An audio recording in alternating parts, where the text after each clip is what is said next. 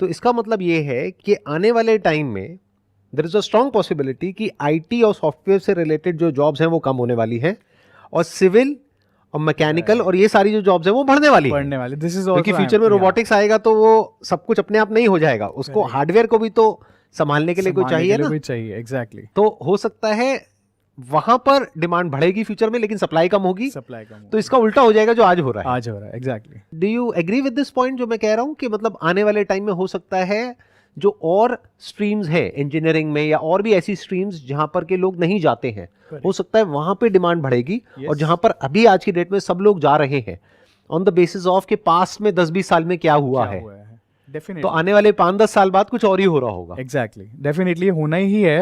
Because if I सी कि when I was doing my bachelors in 2013 I started my bachelors, तो उस time पे AI का बहुत नाम नहीं था। हम लोग, like I am from EC background as I told you, मैं एक खुद से एम्बेडेड लाइन में था। बट अब हर स्ट्रीम में इन्होंने एआई और सॉफ्टवेयर की सीट्स इतनी बढ़ा दी हैं। Like I will not take a college name, but I have heard this, एक साउथ का कॉलेज है and they have 6000 seats of CS.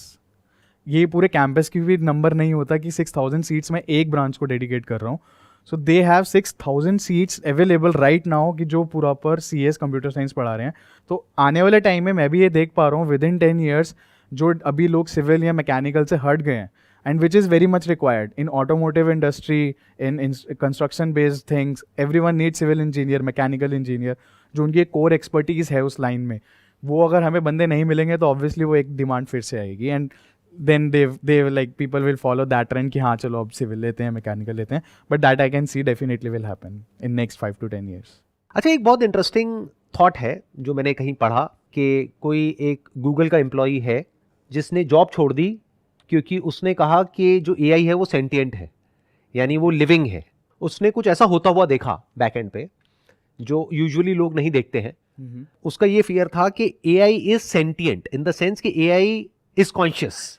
तो व्हाट इज योर थॉट, क्योंकि आप भी पीछे से इसके ऊपर काम कर रहे हो, जिस तरीके से ये सॉल्यूशंस निकाल रहा है। अभी आपने बताया कि जो आपने एप्लीकेशन बनाई उसमें ऐसी ऐसी चीजें इसने कर दी जो आपने नहीं बताई थी, करेक्ट, करने को नहीं कही थी, फिर भी इसने कर दी, राइट। तो क्या ये कहना गलत होगा कि in future AI is going to be very near to conscious और सेंटिएंट बीइंग्स?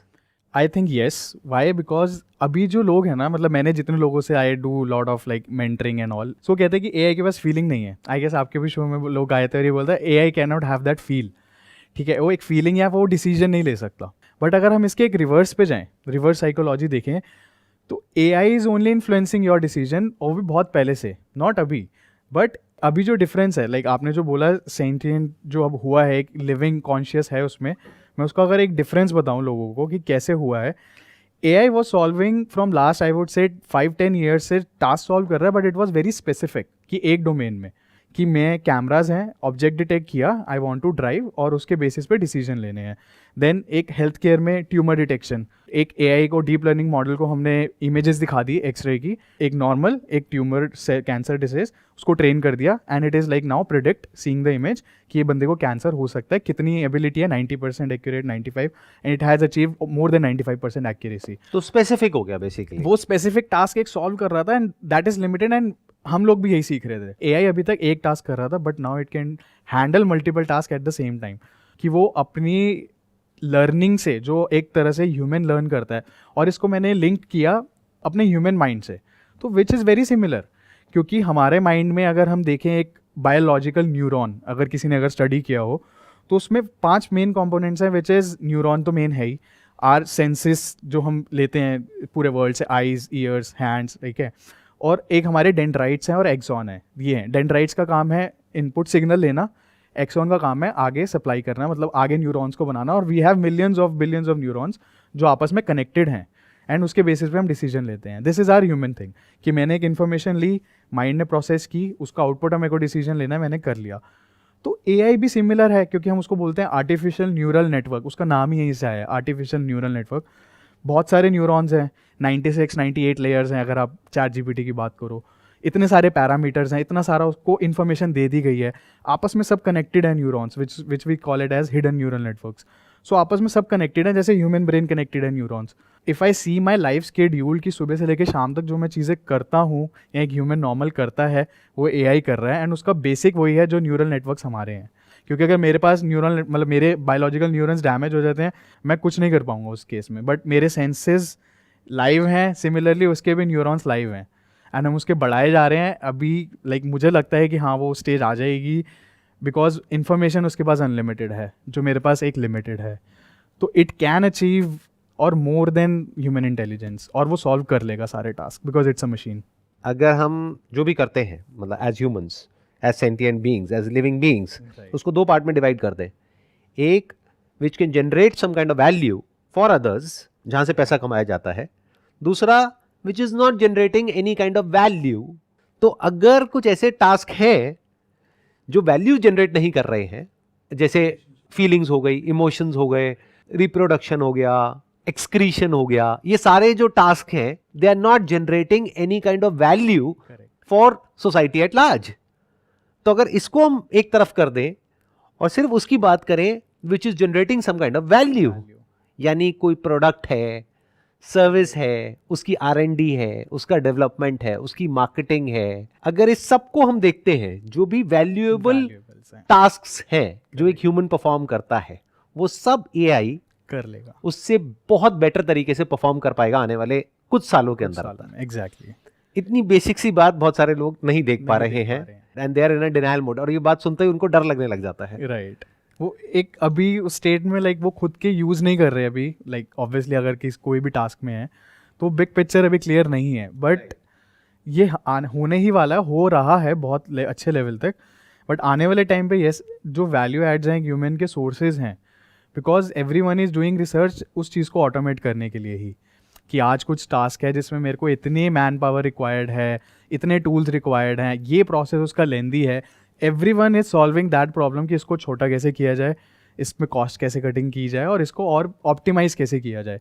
तो मोस्टली इस पे ही रिसर्च कर रहे हैं, और जितने स्टार्टअप्स आ रहे हैं यही कर रहे हैं. I think it all boils down to three things: time, money and efficiency. Correct. तीनों ही चीजों में अगर देखा जाए तो AI will out perform humans like anything right down the line. But वो समझने के लिए एक बेसिक अंडरस्टैंडिंग होनी चाहिए, तब हो सकता है there are few people who are watching this video, वो देख करके उनका दिमाग चलेगा और वो कहेंगे कि ठीक है, either I need to do something जहां पर के इस AI को मैं यूज करूं कुछ क्रिएट करने के लिए, because that's how that person is going to be valuable, या फिर कुछ ऐसा करूं जिसमें AI को आने में अभी टाइम है. अभी एक ह्यूमन के पर्सपेक्टिव से या एक आगे फ्यूचरिस्टिक पॉइंट ऑफ व्यू से, person who are in non tech, मतलब जिनको टेक में नहीं जाना, they are like marketeers, they are doing some creative jobs, और जो एक ब्रांडिंग कर रहे हैं, कुछ कर रहे हैं, दे शुड नो कि मेरे को यूज़ कैसे करना है अपनी प्रोडक्टिविटी के लिए. ऑब्वियसली इट कैन हैम्पर जो हम अभी देख पा रहे हैं, बट एक प्रोडक्टिविटी इनहेंस करेगा कंटेंट राइटर्स के लिए और ब्रांडिंग के लिए, कि मुझे कितना अच्छा content, email delivery, email send करेगा.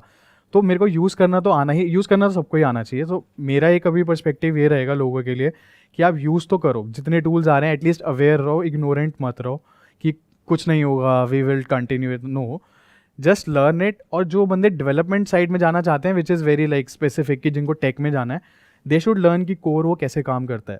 Everybody is trying to use AI in some way और द अदर, लेकिन वो ऊपर ऊपर से यूज कर रहे हैं. जैसे एक होता है किसी टूल को यूज करना एक एमेच्योर की तरह, और एक है प्रो की तरह यूज करना. राइट. तो वो लोग जो कि इसको प्रॉपर्ली यूज कर पा रहे हैं वो बहुत ही कम है, बहुत ही कम है, क्योंकि उसके लिए डेप्थ में जाना पड़ता है, उसके लिए प्रॉपर समझना पड़ता है कि प्रॉम्प्ट कैसे करते हैं. जैसे फॉर एग्जांपल अभी हम कुछ AI टूल्स को यूज करके कुछ कंटेंट क्रिएट कर रहे हैं, क्योंकि I can see that is a future.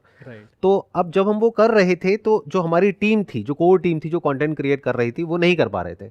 तो we have hired somebody who is an expert in prompt engineering, and she is training the entire team कि देखो इसमें इस तरीके से नहीं, इस तरीके से किया जा सकता है. और उसमें there is major difference in the sense के जैसे अब वो खुद अपने हिसाब से कुछ क्रिएट कर रहे हैं, but that person, she came in and said कि आपने ये क्रिएट किया, अब देखो इसमें ये प्रॉब्लम आ रही है.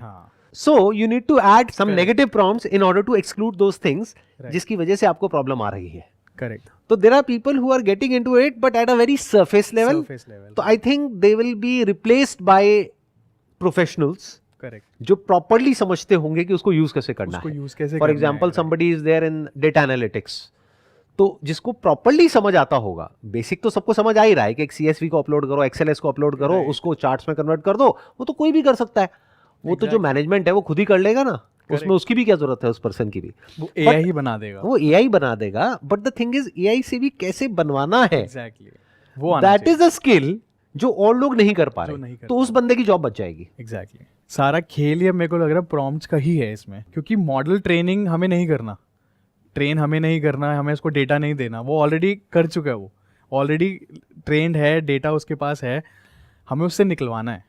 निकलवाने के लिए we need prompt, proper prompt की जिस एकदम प्रिसाइज कि उसमें स्ट्रक्चर डिफाइंड हो। प्रॉम्प्ट इंजीनियरिंग मैंने जो कोर्स मैं बता रहा हूँ जो अवेलेबल है